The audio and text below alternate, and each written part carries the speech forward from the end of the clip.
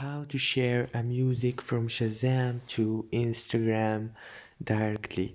Hello guys, in today's video I'm gonna show you how to share a music from Shazam to Instagram in easy fast way. So first thing we do is we go to Shazam app and then we go to charts here in the app, and let's just choose any song like this one, and then go to the top icon here, click on this icon and choose Instagram.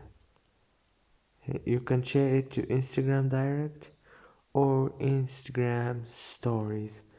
And yeah, that's it for today's video guys. I hope this video was helpful for you. Please don't forget to like and subscribe, and thank you so much for watching till the end.